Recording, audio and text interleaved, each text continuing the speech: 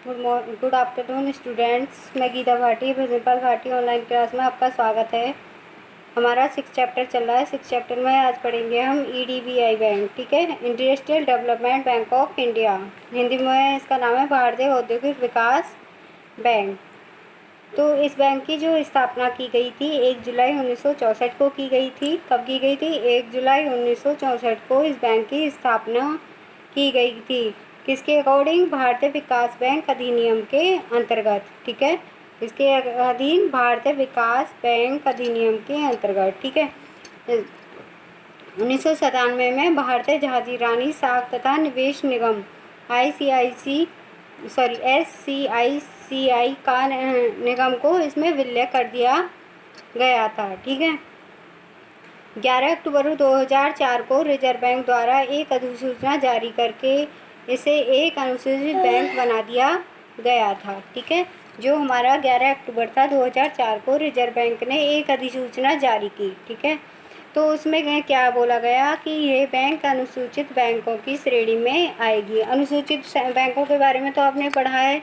अनुसूचित बैंक वे बैंक होती हैं जिनकी कैपिटल 5 लाख से अधिक होती है, ठीक है। और गैर अनुसूचित बैंक जिनकी कैपिटल जो हमारी अधिकृत पूंजी होती है वो 5 लाख से कम होती है। इस बैंक में भारत सरकार की अंशधारिता कितनी है? 53%। जो हमारी भारत सरकार है उसका 53% इन बैंकों में लगा हुआ है, भारतीय औद्योगिक विकास बैंक में, ठीक है।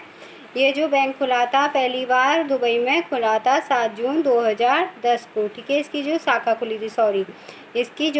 खुली थी वो आपकी 7 जून 2010 को दुबई में खोली गई थी। देखो, इसकी स्थापना निम्नलिखित उद्देश्यों को लेकर की गई है। जो हम पहले भी बैंक पढ़ चुके हैं उनकी स्थापना का उद्देश्य क्या था, वही इस बैंक की का फिर मैं पढ़ रही हूँ कि औद्योगिक वित्त के लिए सहायता देना, बैंकों की पुनर्वृत्ति एवं गारंटी की सुविधा देना, अंशों एवं ऋण पत्रों को क्रय करने के लिए तथा उनका अभिगोपन करने के लिए इन बैंकों की स्थापना की गई। औद्योगिक संस्थाओं के बिलों को बट्टे पर भुनाने के लिए, ठीक है, डिस्काउंट पे भुनाने के लिए, औद्योगिक संस्थाओं को ऋण प्रदान करने के लिए, उन्हें तकनीकी सलाह देने के लिए, ठीक है। इस वजह से इन बैंकों की स्थापना की गई थी। मध्य एवं दीर्घकालीन लोन प्रदान करने के लिए उद्योगों को। अब है प्रबंध। बैंकों के कार्यों का प्रबंध एक संचालक मंडल द्वारा किया जाता है। जो इसके अंशधारी होते हैं उनका एक संचालक मंडल होता है, ठीक है, उनके द्वारा इनका प्रबंध किया जाता है, जिसमें प्रबंध संचालक सहित 22 संचालक होते हैं, ठीक है। एक प्रबंधक होता है, प्रबंधक संचालक, उसके अलावा आपके 22 संचालक होते हैं। इसमें 13 अधिकारीय संचालक होते हैं, 5 गैर अधिकारीय संचालक, 1 कर्मचारी का प्रतिनिधि संचालक और 1 रिजर्व बैंक का प्रतिनिधि होता है तथा 1 अध्यक्ष एवं प्रबंध संचालक होता है। अभी बताया था मैंने, प्रबंध करने के लिए एक प्रबंधक संचालक भी होता है। इसका जो कार्यालय है मुंबई में है, इसकी शाखाएं हैं, ठीक है। क्षेत्रीय जो कार्यालय हैं कोलकाता, चेन्नई, नई दिल्ली, अहमदाबाद में हैं, ठीक है। इसकी शाखा कार्यालय हैं जो इनकी शाखा के कार्यालय हैं, ठीक है। ये तो थे इसके कार्यालय। इसका मुख्य कार्यालय मुंबई में है। अच्छा देखो, SBI का भी कार्यालय मुंबई में है। आपका RBI का मुख्यालय भी मुंबई में है। आपका 1 नंबर पर क्वेश्चन पूछ लिया जाता है, RBI का मुख्यालय कहाँ है? मुंबई में, ठीक है। और जो हमारी अब बैंक पढ़ रहे हैं उसका कार्यालय भी मुंबई में है। ICICI बैंक का कार्यालय भी मुख्य मुंबई में है, ठीक है। तो इसके ये क्षेत्र कार्यालय हैं कोलकाता, चेन्नई, नई दिल्ली, अहमदाबाद, और इसकी शाखा कार्यालय हैं अहमदाबाद, बेंगलुरु, भोपाल, भुवनेश्वर, चंडीगढ़, जयपुर, कानपुर, पटना, गुवाहाटी, हैदराबाद तथा जम्मू कश्मीर, ठीक है। बैंकों का पुनर्गठन।